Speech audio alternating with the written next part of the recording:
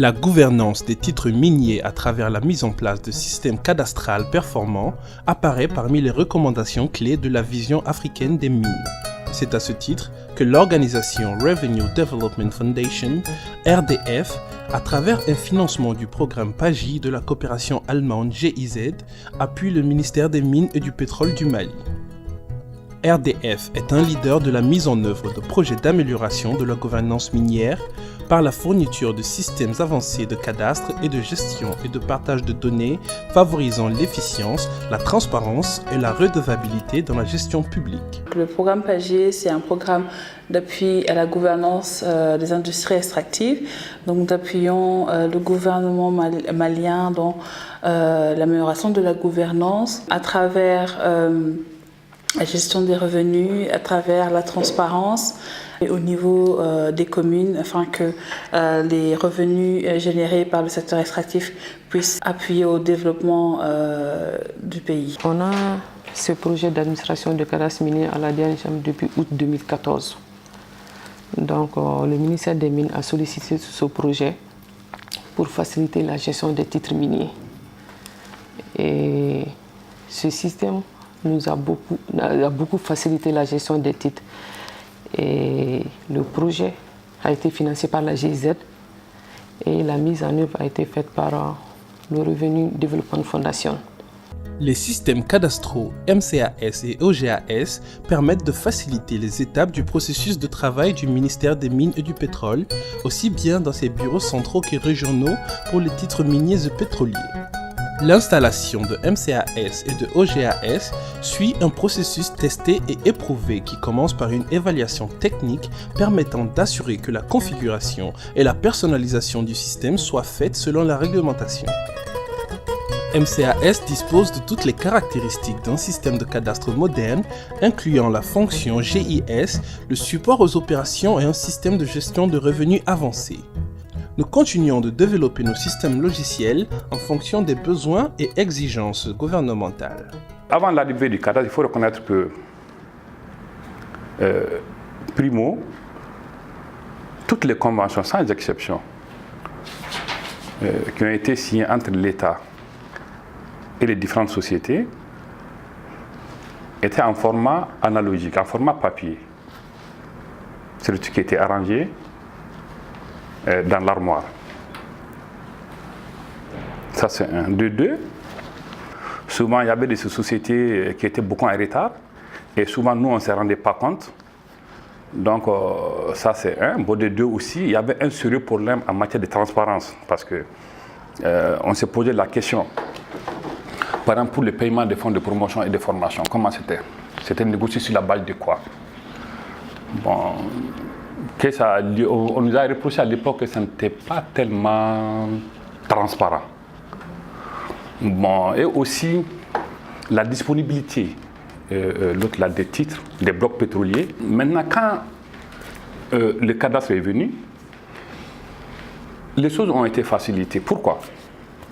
Une société vient de déposer la demande au CHITO, on donne un quitus, un papier, de l'autre un accusé de réception à la société. En cas de litige, je suis venu avant cette société, ou cette société est venue. Je suis venu avant cette société ou après cette société. Donc, elle nous permet déjà de donner un cadre. Le cadastre a fait en sorte qu'on peut avoir accès aux blocs pétroliers en tout point du globe. C'est-à-dire que c'est disponible. Il suffit seulement de rentrer, l'autre vous avez la disponibilité de toutes les cartes l'autre du bloc. Donc, on sait les blocs qui sont libres, on sait les blocs qui ne sont pas libres. Mes tâches quotidiennes au bureau du cadastre, c'est la vérification des dossiers de demande de titres miniers. Voir si les dossiers demandés sont au complet. Et puis l'enregistrement de ces dossiers dans le système d'administration du cadastre minier, c'est-à-dire dans MCAS. L'utilisation de MCAS m'a beaucoup aidé dans le travail de l'enregistrement des titres miniers. Ça permet de respecter le principe du premier venu, premier servi. C'est le système même qui délivre un récépissé aux demandeurs. Cela permet d'attirer la confiance des investisseurs. Avant, on faisait des heures, sinon des jours à chercher des dossiers, mais avec l'utilisation de MCAS, on n'a plus besoin de faire ça. Juste, on a besoin de connaître le numéro d'identifiant de la société ou le nom de la société ou encore la localité pour avoir tous les renseignements qu'on veut sur la société. En ce qui concerne les différentes étapes d'enregistrement d'une demande de titre minier dans le système MCAS, donc, il y a la première étape, c'est-à-dire l'étape générale où on fait le choix du type de titre minier demandé par la société. On met aussi toutes les informations concernant la société. Donc, on fait le choix du type de substance demandé aussi par la société. Et puis, on sélectionne aussi toutes les demandes, mais tous les documents requis. La deuxième étape, donc, ça c'est l'insertion des coordonnées miniers et puis le choix de la localité. Donc, troisième étape, le choix du district minier, comme il y a différents districts dans le secteur minier. Donc on fait le choix du district minier demandé par la société et puis la localité. La quatrième étape, ça c'est l'enregistrement de tous les documents dans le système, de tous les documents scannés. Parce qu'on scanne tous les documents requis et on les enregistre dans le système. Donc la cinquième étape, ça c'est l'étape où on complète et la demande va en attente de validation pour les titres miniers. Et le processus continue à la division études et législation de la DNGM. Avant la fonction MCAS, il n'y avait pas de système de suivi des rapports. Mais actuellement, il y a un système de suivi des rapports. Et de plus, les rapports étaient en format papier. Mais actuellement, avec la fonction MCAS, les rapports sont numérisés et enregistrés. Et de plus, les rapports n'étaient pas systématiquement envoyés d'un bureau à un autre. Mais maintenant, il y a circulation et traitement accéléré des rapports en interne grâce à des procédures claires. Et de plus, les rapports n'étaient disponibles que dans les bureaux où ils sont stockés. Mais actuellement, il y a disponibilité immédiate des rapports d'activité grâce à des fonctions de recherche. Et aussi, avant, il y avait possibilité de perdre des rapports. Mais avec la fonction MCAS, il y a protection contre la perte, contre les accidents grâce à la numérisation. Avant aussi, les délais de traitement des rapports étaient longs. Mais actuellement, il y a réduction des délais dans le traitement des rapports. Et aussi, il n'y avait pas de système de classement. Mais grâce à la fonction MCAS, il y a un système de classement des rapports. Le système de gestion des titres miniers MCAS permet également une interconnectivité entre les différents services de la DNGM. Durant la première phase du projet, l'équipe RDF a donné aux bureaux régionaux de CAI et Sikasso un accès à distance à MCAS par le biais d'un VPN. Ainsi, l'échange d'informations a été renforcé grâce à cette installation, permettant aux directions régionales de la géologie et des mines d'avoir un accès à distance aux données et aux documents relatifs aux titres miniers enregistrés à la DNGM. MCAS nous permet d'avoir les informations en temps réel sur non seulement les sociétés minières, mais également les titres miniers. Au jour d'aujourd'hui, quand même, nous sommes très satisfaits de la mise en place de ces systèmes qui facilitent beaucoup les problèmes par rapport aux informations que sont tentés souvent d'aller chercher par messagerie. Pour avoir des informations sur une société ou bien sur une concession minière avant l'arrivée de ces systèmes-là, il fallait peut-être écrire. Alors, la célérité n'était pas aussi que ça.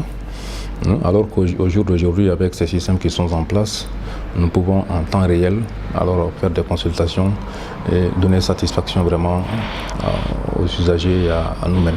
Les DNGM et les DRGM de CAI et Sikasso ont également été dotés d'appareils mobiles Quantum, compatibles avec les téléphones Android, permettant d'avoir accès aux données de MCAS lors des missions de contrôle sur le terrain. L'un des résultats majeurs du projet est la mise en place du système de gestion et de centralisation des revenus Fusion. Le système Fusion permet l'enregistrement et la centralisation de tous les paiements liés à l'activité minière recouvrée par la DNGM, la DNTC et les RGT. Ainsi, tous les paiements relatifs au secteur minier sont accessibles dans une plateforme unique avec la possibilité de créer les rapports nécessaires. Le système Fusion peut aussi être consulté par un certain nombre d'utilisateurs autorisés, de l'administration fiscale et d'autres départements. J'utilise très souvent Fusion parce que moi j'ai les reçus après paiement qui me permettent d'enregistrer. Je dirais que Fusion permet la visualisation et uniformisation de l'information à tous les niveaux, c'est-à-dire que ce soit au niveau des domaines, du trésor, voire les sociétés qui sont en instance de paiement et ceux qui ont payé. Bon, je dirais qu'avec ce projet, que ça va beaucoup nous aider à mettre la pression sur l'autorité publique. Comme ça, ils vont exécuter leur travail à temps. Ça va beaucoup aider les domaines parce que vraiment, on a beaucoup de difficultés à recouvrer les compensations.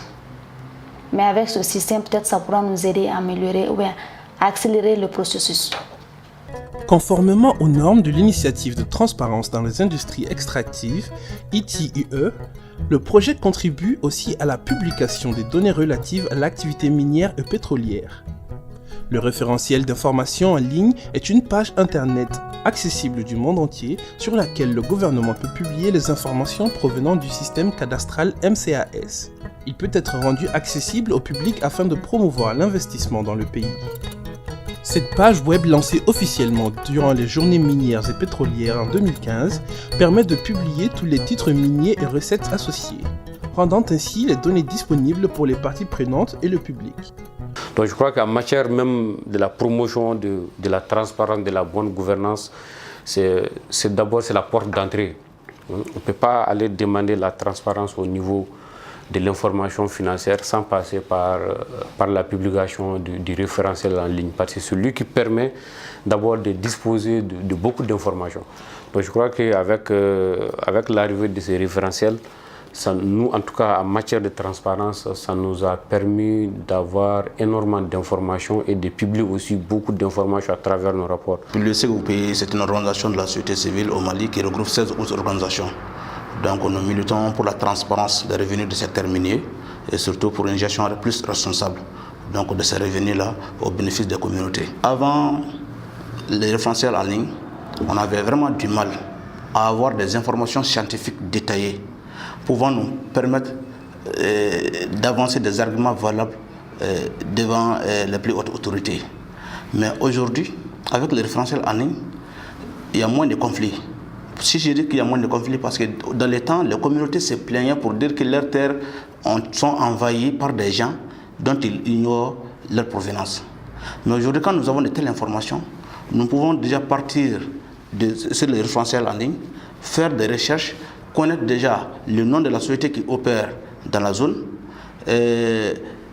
les titres, je ne sais pas, si la société en question a un permis de recherche ou un permis d'exploitation, donc la qualité du titre en question.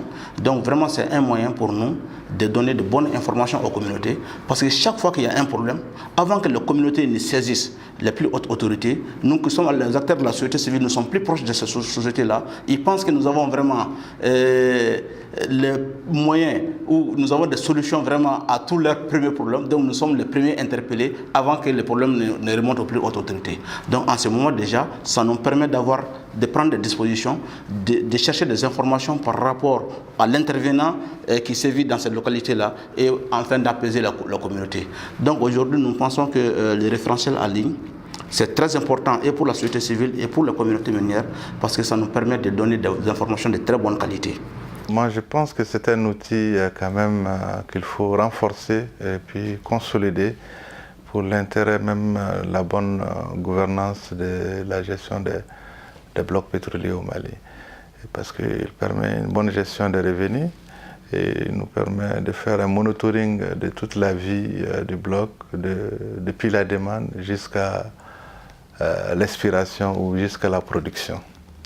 Donc pour nous, c'est un outil indispensable qu'il faut impérativement consolider parce qu'il prend en fait tous les textes pétroliers. Ce sont ces textes pétroliers qui sont dans les procédures cadastrales qui sont traduites en procédures au niveau du cadastre et qui sont respectées par ces cadastres. Donc ça nous permet en même temps de vulgariser en temps réel tous nos textes pétroliers et de permettre aussi une certaine confiance. On avait un système qui n'était pas aussi performant que le cadastre minier. Donc le cadastre nous a permis de réduire le délai de traitement des dossiers. Et présentement, avec les autres acteurs prenants du secteur minier, tels que les départements extérieurs du ministère des Mines, je veux dire les structures qui ne sont pas du ministère des Mines, telles que les impôts, les douanes. Ensemble, ça a permis de sécuriser et voir un suivi efficace de la gestion des titres miniers. Et maintenant, cette activité est une activité quotidienne de la DNGM à travers la mise à jour